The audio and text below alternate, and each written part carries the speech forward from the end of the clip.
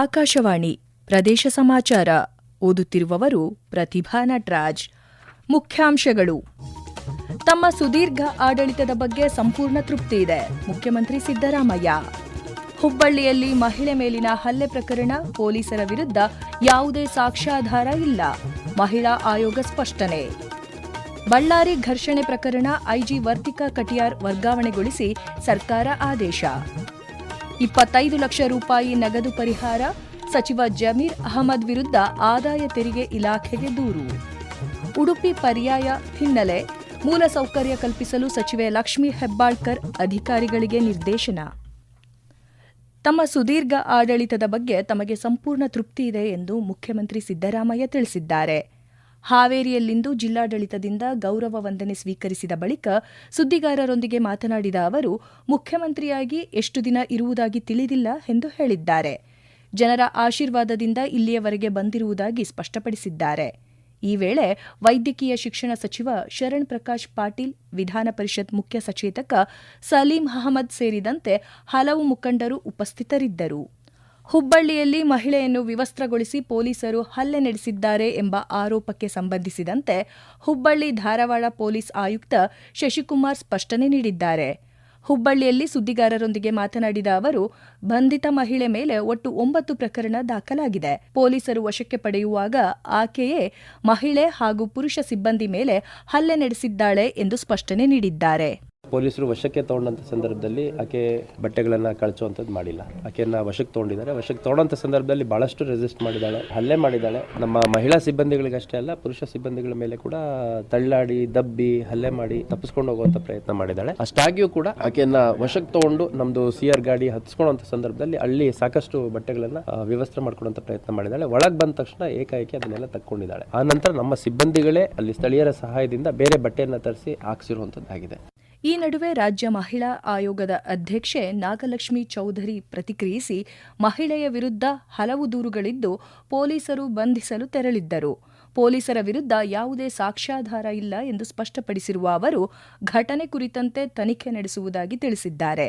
ತಪ್ಪಿತಸ್ಥರು ಯಾರೇ ಆಗಲಿ ಶಿಕ್ಷೆಯಾಗಬೇಕು ಎಂದು ಹೇಳಿದ್ದಾರೆ. ಬಳ್ಳಾರಿಯಲ್ಲಿ ಬ್ಯಾನರ್ ವಿಚಾರವಾಗಿ ನಡೆದ ಘರ್ಷಣೆ ಪ್ರಕರಣಕ್ಕೆ ಸಂಬಂಧಿಸಿದಂತೆ ಮತ್ತೊಬ್ಬ ಹಿರಿಯ ಅಧಿಕಾರಿಯನ್ನು ವರ್ಗಾವಣೆ ಮಾಡಲಾಗಿದೆ. ಪೊಲೀಸ್ ವರಿಷ್ಠಾಧಿಕಾರಿ ಪವನ್ ನೆಜ್ಜೂರ್ ಅವರನ್ನು ಅಮಾನತುಗೊಳಿಸಿದ ಬೆನ್ನಲ್ಲೇ ಐಜಿ ವರ್ತಿಕಾ ಕಟಿಯಾರ್ ಅವರನ್ನು ವರ್ಗಾವಣೆ ಮಾಡಿ ರಾಜ್ಯ ಸರ್ಕಾರ ಆದೇಶ ಹೊರಡಿಸಿದೆ. ಬಳ್ಳಾರಿ ವಲಯಕ್ಕೆ ನೂತನ ಐಜಿಯಾಗಿ ಹರ್ಷ ಗುಪ್ತಾ ಹಾಗೂ ನೂತನ ಎಸ್ಪಿಯಾಗಿ ಡಾ ಸುಮನ್ ಡಿ ಪನ್ನೇಕರ್ ಅವರನ್ನು ನೇಮಕ ಮಾಡಿ ಆದೇಶ ಹೊರಡಿಸಿದೆ. ಬಳ್ಳಾರಿ ಐಜಿಯಾಗಿದ್ದ ವರ್ತಿಕಾ ಕಟಿಯಾರ್ ಪ್ರಕರಣವನ್ನು ಹಿರಿಯ ಅಧಿಕಾರಿಗಳ ಗಮನಕ್ಕೆ ತಂದಿರಲಿಲ್ಲ. ಈ ಹಿನ್ನೆಲೆಯಲ್ಲಿ ಇವರ ವಿರುದ್ಧವೂ ಕ್ರಮ ಕೈಗೊಳ್ಳಬೇಕು ಎಂದು ಸರ್ಕಾರಕ್ಕೆ ವರದಿ ಸಲ್ಲಿಕೆಯಾಗಿತ್ತು. ಬಳ್ಳಾರಿ ಗಲಭೆ ಪ್ರಕರಣಕ್ಕೆ ಸಂಬಂಧಿಸಿದಂತೆ ಸಾವನ್ನಪ್ಪಿದ ಕಾಂಗ್ರೆಸ್ ಕಾರ್ಯಕರ್ತನ ಕುಟುಂಬಕ್ಕೆ 25 ಲಕ್ಷ ರೂಪಾಯಿ ನಗದು ಪರಿಹಾರ ನೀಡಿದ ಉಸ್ತುವಾರಿ ಸಚಿವ ಜಮೀರ್ ಅಹಮದ್ ವಿರುದ್ಧ ಆದಾಯ ತೆರಿಗೆ ಇಲಾಖೆಯಲ್ಲಿ ದೂರು ದಾಖಲಾಗಿದೆ. ತೇಜಸ್ ಗೌಡ ಎಂಬುವವರು ದೂರು ದಾಖಲಿಸಿದ್ದು, ಸಚಿವರು RBI ನಿಯಮಗಳನ್ನು ಉಲ್ಲಂಘಿಸಿದ್ದಾರೆ ಎಂದು ಆರೋಪಿಸಿದ್ದಾರೆ. ಪರಿಹಾರವಾಗಿ ನೀಡಲಾದ ನಗದಿನ ಮೂಲದ ಬಗ್ಗೆ ತನಿಖೆ ನಡೆಸಬೇಕೆಂದು ಒತ್ತಾಯಿಸಿದ್ದಾರೆ. ಮುಖ್ಯಮಂತ್ರಿ ಸಿದ್ದರಾಮಯ್ಯ ಅವರು ಮಾಜಿ ಮುಖ್ಯಮಂತ್ರಿ ದೇವರಾಜು ಅರಸು ಅವರ ದಾಖಲೆಯನ್ನು ಮುರಿದಿರುವ ಬಗ್ಗೆ ಬಿಜೆಪಿ ರಾಜ್ಯಾಧ್ಯಕ್ಷ BY ವಿಜಯೇಂದ್ರ ವ್ಯಂಗ್ಯವಾಡಿದ್ದಾರೆ. ಇದು ಭ್ರಮೆ ಹೊರತು ಬೇರೇನೂ ಅಲ್ಲ ಎಂದು ತಿಳಿಸಿದ್ದಾರೆ. ದೇವರಾಜ್ ಅರಸು ಅವರು ಮಾಜಿ ಪ್ರಧಾನಿ ಇಂದಿರಾ ಗಾಂಧಿಯವರಿಗೆ ರಾಜಕೀಯ ಪುನರ್ಜನ್ಮ ನೀಡಿದ್ದರು. ವೃದ್ಧಾಪ್ಯ, ವಿಧವಾ ಪಿಂಚಣಿಯನ್ನು ಪರಿಚಯಿಸುವ ಮೂಲಕ ಧ್ವನಿ ಇಲ್ಲದವರಿಗೆ ದನಿಯಾಗಿದ್ದರು. ಮುಖ್ಯಮಂತ್ರಿ ಸಿದ್ದರಾಮಯ್ಯ ಅವರು ಮಾಡಿದ ಸಾಧನೆಗಳೇನು ಎಂದು ವಿಜಯೇಂದ್ರ ಪ್ರಶ್ನಿಸಿದ್ದಾರೆ. ಉಡುಪಿ ಪರ್ಯಾಯದ ಹಿನ್ನೆಲೆಯಲ್ಲಿ ಸುಮಾರು 6 ಕೋಟಿ ರೂಪಾಯಿಗಳ ವೆಚ್ಚದಲ್ಲಿ ಮೂಲಸೌಕರ್ಯಗಳನ್ನು ಒದಗಿಸುವ ಕುರಿತು ಜಿಲ್ಲಾ ಉಸ್ತುವಾರಿ ಸಚಿವೆ ಲಕ್ಷ್ಮೀ ಹೆಬ್ಬಾಳ್ಕರ್ ಜಿಲ್ಲಾಧಿಕಾರಿಗಳಿಗೆ ನಿರ್ದೇಶನ ನೀಡಿದ್ದಾರೆ. ಜಿಲ್ಲೆಯ ಶಾಸಕರು ಹಾಗೂ ಅಧಿಕಾರಿಗಳ ಜೊತೆ ವಿಡಿಯೋ ಸಂವಾದ ನಡೆಸಿದ ಸಚಿವರು, ಪರ್ಯಾಯ ಸುಗಮವಾಗಿ ನಡೆಸಲು ರಸ್ತೆ ಅಭಿವೃದ್ಧಿ ಸೇರಿದಂತೆ ನಗರದಲ್ಲಿ ಅಗತ್ಯವಿರುವ ಎಲ್ಲ ವ್ಯವಸ್ಥೆ ಮಾಡಬೇಕು ಎಂದು ತಿಳಿಸಿದ್ದಾರೆ. ಜಿಲ್ಲೆಯ ಎಲ್ಲಾ ಶಾಸಕರನ್ನು ವಿಶ್ವಾಸಕ್ಕೆ ತೆಗೆದುಕೊಂಡು ಯಾವುದೇ ಕೊರತೆಯಾಗದಂತೆ ವ್ಯವಸ್ಥೆ ಕಲ್ಪಿಸಬೇಕು ಎಂದು ಜಿಲ್ಲಾಧಿಕಾರಿಗಳಿಗೆ ನಿರ್ದೇಶನ ನೀಡಿದ್ದಾರೆ. ಪ್ರದೇಶ ಸಮಾಚಾರ ಕೇಳುತ್ತಿದ್ದೀರಿ.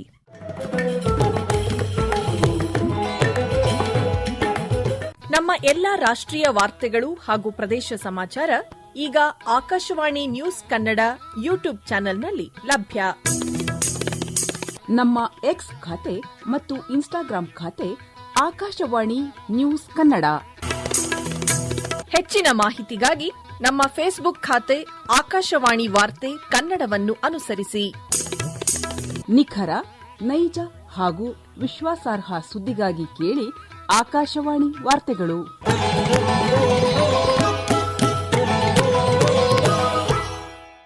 ನರೇಗಾದಡಿ ವಿನೂತನ ತಂತ್ರಜ್ಞಾನ ಪಾರದರ್ಶಕತೆ ಕಾಂಗ್ರೆಸ್ಸಿಗರಿಗೆ ದೊಡ್ಡ ಸವಾಲಾಗಿದೆ ಎಂದು ಸಂಸದ ಗೋವಿಂದ ಕಾರಜೋಳ ತಿಳಿಸಿದ್ದಾರೆ.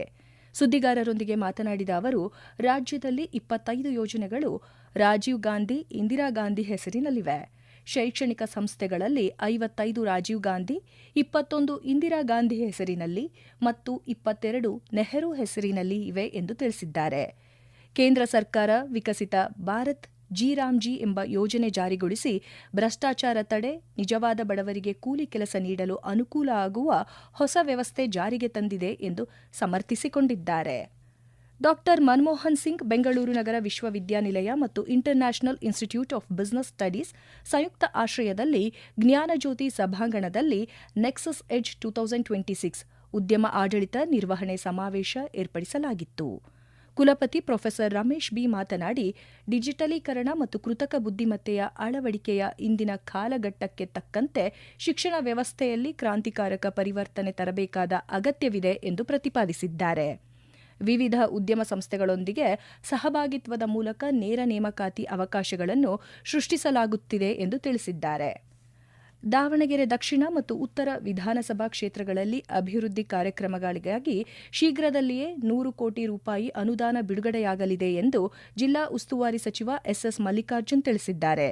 ದಾವಣಗೆರೆಯ ಸರ್ಕಾರಿ ಪ್ರಥಮ ದರ್ಜೆ ಮಹಿಳಾ ಕಾಲೇಜಿನಲ್ಲಿ ಉನ್ನತ ಶಿಕ್ಷಣ ಇಲಾಖೆಯಿಂದ ಬಿಡುಗಡೆಗೊಂಡಿರುವ 4 ಕೋಟಿ ರೂಪಾಯಿ ಮೊತ್ತದ ವಿವಿಧ ಅಭಿವೃದ್ಧಿ ಕಾಮಗಾರಿಗಳಿಗೆ ಶಂಕುಸ್ಥಾಪನೆ ನೆರವೇರಿಸಿ ಅವರು ಮಾತನಾಡಿದರು.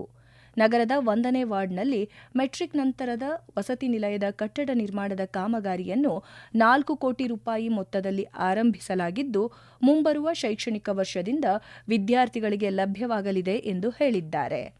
ದೇಶದಲ್ಲಿ ಕೃಷಿ ಬಳಿಕ ಅತ್ಯಧಿಕವಾಗಿ ಉದ್ಯೋಗಗಳನ್ನು ಸೃಷ್ಟಿಸುವಲ್ಲಿ ಸೂಕ್ಷ್ಮ, ಸಣ್ಣ ಮತ್ತು ಮಧ್ಯಮ ಉದ್ಯಮ 2ನೇ ಸ್ಥಾನದಲ್ಲಿದೆ ಎಂದು ಯಾದಗಿರಿ ಜಿಲ್ಲಾ ಕೈಗಾರಿಕಾ ಕೇಂದ್ರದ ಜಂಟಿ ನಿರ್ದೇಶಕ ಬಿ ಸತೀಶ್ ಕುಮಾರ್ ತಿಳಿಸಿದ್ದಾರೆ. ಯಾದಗಿರಿ ನಗರದ ಖಾಸಗಿ ಹೋಟೆಲ್ನಲ್ಲಿ ರ್ಯಾಂಪ್ ಯೋಜನೆಯಡಿ ಆಯೋಜಿಸಿದ್ದ ಟ್ರೇಡ್ಸ್ ಮತ್ತು ಇಎಸ್ಎಂ ಕುರಿತ ಅರಿವು ಕಾರ್ಯಾಗಾರದಲ್ಲಿ ಮಾತನಾಡಿದ ಅವರು, ಕೇಂದ್ರ ಸರ್ಕಾರವು ಎಂಎಸ್ಎಂಇ ಬಲವರ್ಧನೆಗೆ ಪ್ರತಿ ವರ್ಷ 1,600 ಕೋಟಿಯಷ್ಟು ಅನುದಾನ ಖರ್ಚು ಮಾಡುತ್ತಿದೆ. ಉದ್ಯಮಿಗಳು ಇದನ್ನು ಸದ್ಬಳಕೆ ಮಾಡಿಕೊಳ್ಳಬೇಕು ಎಂದು ಕರೆ ನೀಡಿದ್ದಾರೆ. ರಾಷ್ಟ್ರೀಯ ಮಟ್ಟದ ಚಿತ್ರ, ಶಿಲ್ಪ, ಸಾಂಸ್ಕೃತಿಕ ಮೇಳ ಕಲಾ ಪರ್ಬಕ್ಕೆ ಕಡಲತಡಿ ಮಂಗಳೂರು ಸಜ್ಜಾಗುತ್ತಿದೆ. ಮಂಗಳೂರಿನ ಶರಧಿ ಪ್ರತಿಷ್ಠಾನದ ನೇತೃತ್ವದಲ್ಲಿ ಇದೇ 9ರಿಂದ 11ರವರೆಗೆ ಕದ್ರಿ ಉದ್ಯಾನವನದಲ್ಲಿ ಕಲಾಪರ್ವ ನಡೆಯಲಿದೆ ಎಂದು ಕರಾವಳಿ ಚಿತ್ರಕಲಾ ಚಾವಡಿಯ ಕಾರ್ಯದರ್ಶಿ ಎಸ್ಎಂ ಶಿವಪ್ರಕಾಶ ತಿಳಿಸಿದ್ದಾರೆ. ವಿಧಾನಸಭಾ ಅಧ್ಯಕ್ಷ ಯುಟಿ ಖಾದರ್ ಕಲಾಪರ್ವಕ್ಕೆ ಚಾಲನೆ ನೀಡಲಿದ್ದಾರೆ. ಈ ಉತ್ಸವದಲ್ಲಿ 10,000ಕ್ಕೂ ಅಧಿಕ ಕಲಾಕೃತಿಗಳ ಪ್ರದರ್ಶನವಾಗಲಿದ್ದು, ಕಲಾಲೋಕ ಸೃಷ್ಟಿಯಾಗಲಿದೆ. 8 ವರ್ಷದ ಎಳೆಯ ಪ್ರತಿಭೆಗಳಿಂದ ಹಿಡಿದು 80 ವರ್ಷದವರೆಗಿನ ಹಿರಿಯ ಕಲಾವಿದರು ಪಾಲ್ಗೊಂಡು ಈ ಕಲಾಮೇಳದ ವೈಶಿಷ್ಟ್ಯತೆ ಸಾರಲಿದ್ದಾರೆ. ಕೊನೆಯಲ್ಲಿ ಮತ್ತೊಮ್ಮೆ ಮುಖ್ಯಾಂಶಗಳು. ತಮ್ಮ ಸುದೀರ್ಘ ಆಡಳಿತದ ಬಗ್ಗೆ ಸಂಪೂರ್ಣ ತೃಪ್ತಿ ಇದೆ, ಮುಖ್ಯಮಂತ್ರಿ ಸಿದ್ದರಾಮಯ್ಯ. ಹುಬ್ಬಳ್ಳಿಯಲ್ಲಿ ಮಹಿಳೆ ಮೇಲಿನ ಹಲ್ಲೆ ಪ್ರಕರಣ, ಪೊಲೀಸರ ವಿರುದ್ಧ ಯಾವುದೇ ಸಾಕ್ಷ್ಯಾಧಾರ ಇಲ್ಲ, ಮಹಿಳಾ ಆಯೋಗ ಸ್ಪಷ್ಟನೆ. ಬಳ್ಳಾರಿ ಘರ್ಷಣೆ ಪ್ರಕರಣ, ಐಜಿ ವರ್ತಿಕಾ ಕಟಿಯಾರ್ ವರ್ಗಾವಣೆಗೊಳಿಸಿ ಸರ್ಕಾರ ಆದೇಶ. 25 ಲಕ್ಷ ರೂಪಾಯಿ ನಗದು ಪರಿಹಾರ, ಸಚಿವ ಜಮೀರ್ ಅಹಮದ್ ವಿರುದ್ಧ ಆದಾಯ ತೆರಿಗೆ ಇಲಾಖೆಗೆ ದೂರು. ಉಡುಪಿ ಪರ್ಯಾಯ ಹಿನ್ನೆಲೆ, ಮೂಲಸೌಕರ್ಯ ಕಲ್ಪಿಸಲು ಸಚಿವೆ ಲಕ್ಷ್ಮೀ ಹೆಬ್ಬಾಳ್ಕರ್ ಅಧಿಕಾರಿಗಳಿಗೆ ನಿರ್ದೇಶನ. ಇಲ್ಲಿಗೆ ಪ್ರದೇಶ ಸಮಾಚಾರ ಮುಗಿಯಿತು. ನಮ್ಮ ಮುಂದಿನ ವಾರ್ತಾ ಪ್ರಸಾರ ಸಂಜೆ 6:40ಕ್ಕೆ.